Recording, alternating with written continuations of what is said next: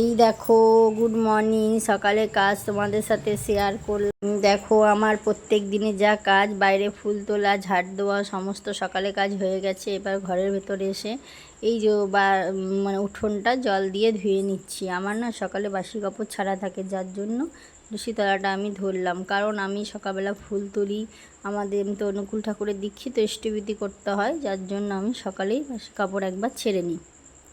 এই দেখো, জল দিয়ে ধুয়ে নিই। কেন জানো তো, উঠোনটা শুধু ঝাড় দিলে হয় না, কারণ বৃষ্টি পড়ে সমস্ত কাগজপত্র ওখানে বসে যায়, যার জন্য ওটা শুধু ঝাড় দিলে হয় না। তো জল দিয়ে যে এখন আমি আবার ঝাড় দিয়ে নিচ্ছি। আর সকালে কাজকর্ম, বাইরের কাজ তোমাদের সাথে শেয়ার করতে পারিনি, কারণ আজকে সকালে বৃষ্টি ছিল না, তো মেঘলা মেঘলা ওয়েদার তো, আর পুরো চারিদিকে বৃষ্টিতে কাদা কাদা হয়ে আছে।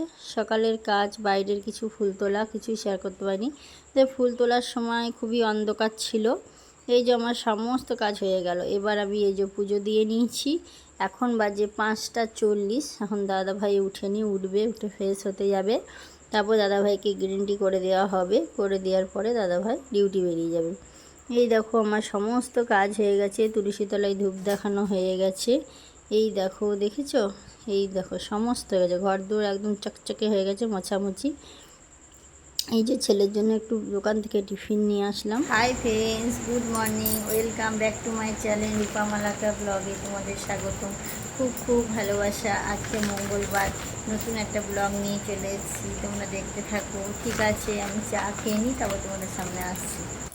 দেখো, চা খাচ্ছি। আজকে একটু গ্লাসে চা নিয়েছি, কারণ চা আমার ঠান্ডা হয়ে যাচ্ছে, ভালো লাগছে না, একটু গ্লাসে নিলাম। চা একটু জলটা বেশি হয়ে গেছে, যার জন্য গ্লাসে নিলাম।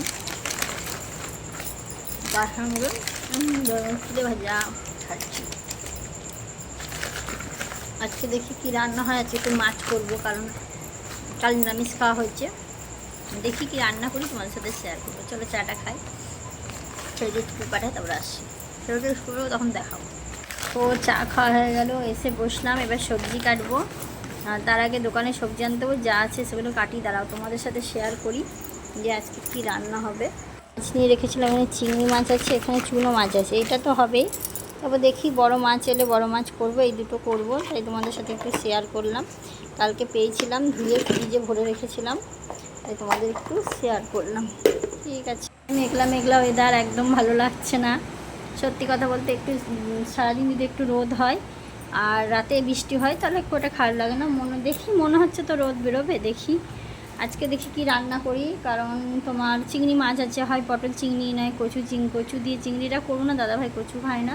হয় পটল দিয়ে চিংড়ি বা লাউ দিয়ে চিংড়ি করবো, তোমাদের সাথে শেয়ার করবো, এমন দেখাবো। এখন আপাতত ঘরে যা আছে আলু টালুগুলো কাটতে লাগি, তারপরে সবজি আনি, তারপর তোমাদের সামনে আসবো। এই দেখো, দোকান থেকে পটল আনলাম। আজকে রেসিপি হবে পটল দিয়ে চিংড়ি মাছ। বড় মাছ আর আনেনি, বলছে বড় মাছ খেতে ভালো লাগছে না, ছোটো মাছই করো। তাই এই যে পটল কটা তেল দিয়ে ভালো করে ভেজে নিচ্ছি, ভালো করে নুন হলুদ দিয়ে বেশ লাল লাল করে পটলটা ভেজে তুলে রাখবো। আজকে এই যে পটল চিংড়ি করা হচ্ছে। এই দেখো, দেখেছো? বাইরে রান্না করছি পটলটা। এই যে পটলটা এবার এইদিকে মানে গ্যাসে একটু লাউ চিংড়ি বসিয়েছি। আজকে অনেক রকম রান্না হয়ে গেছে জানো। এই দেখো, পটল চিংড়ি রেডি। এই যে ছেলের জন্য ফুলকপি আলু রেডি। এখন হবে চুনো মাছের চচ্চড়ি, আলু মুলো দিয়ে চুনো মাছের চচ্চড়ি করা হবে। এই যে মাছটা হচ্ছে, রান্না ডান। এই যে হয়ে গেল ফুলকপির তরকারি, চুনো মাছের চচ্চড়ি। দেখো ধোঁয়া উঠছে। এখানে হয়েছে একটা বাটা কাঁচকলা খোলা বাটা, আর এখানে রান্না হয়েছে লাউ চিংড়ি, আলু সেদ্ধ আছে, পেঁয়াজ দিয়ে মুসুরির ডাল। আর ওইদিকে হয়েছে তোমার হচ্ছে এটা পটল চিংড়ি। আজকে জানো তো মা ছিল না, শ্রীমা একটু ডাক্তার দেখাতে গেছিলো একা হাতে। দেখো এখানে পেঁয়াজটা ভাজছি, ইগনোর করো এই বাটিটা, এই পেঁয়াজ টিয়াজ ভাজার জন্যই, তাই এত কালো। আজকে জানো এত গরম লেগেছে যে 5-6 রকম পদ একা হাতে রান্না করে, তারপরে দেখো 11:30 বেজে গেছে। তাই একটু এসে বসে তোমাদের সাথে গল্প করছি। এখানে ব্যাং বোঝা। দেখো এই যে এবার একটু স্নান করতে যাব। স্নান করার আগে তোমাদের সঙ্গে একটা জিনিস শেয়ার করছি। আজকে একটু মুখে একটু ফেস প্যাক লাগালাম। এর মধ্যে আছে vitamin E capsule, aloe vera gel, একটু হলুদ আর বেসন।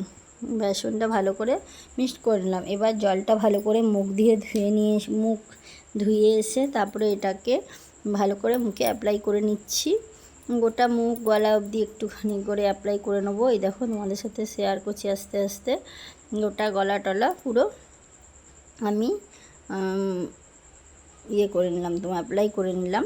নিয়ে তারপরে এই দেখো এবার শুকানোর পর তোমাদের কাছে আসবো। এটি 15-20 মিনিট রেখে তারপর স্নান করে আবার তোমাদের কাছে আসবো। এই দেখো এবার দেখাচ্ছি, এটা শুকিয়ে গেছে, মানে টান টান পড়ে গেছে, তার মানে শুকিয়ে গেছে। এবার এটাকে ধুয়ে স্নান করে আসি। এই যে স্নান করে তোমাদের সামনে চলে এলাম। দেখো মুখটা কত গ্লেজি হয়েছে। এটাতে খুব ট্যান মুখ করে, ট্যান থাকলে পুরো উঠিয়ে দেয়। তোমরা এটা ঘরে ব্যবহার করে দেখতে পারো, খুবই কার্যকরী কাজ করা। আমি প্রায়ই করি, শেয়ার করা হয় না। এই দেখো দুপুরে খেয়ে দিয়ে খাওয়া দাওয়া হয়ে গেছে, একটু টিভি দেখছি, তাই তোমাদেরও একটু টিভির সিনেমা দেখাচ্ছি।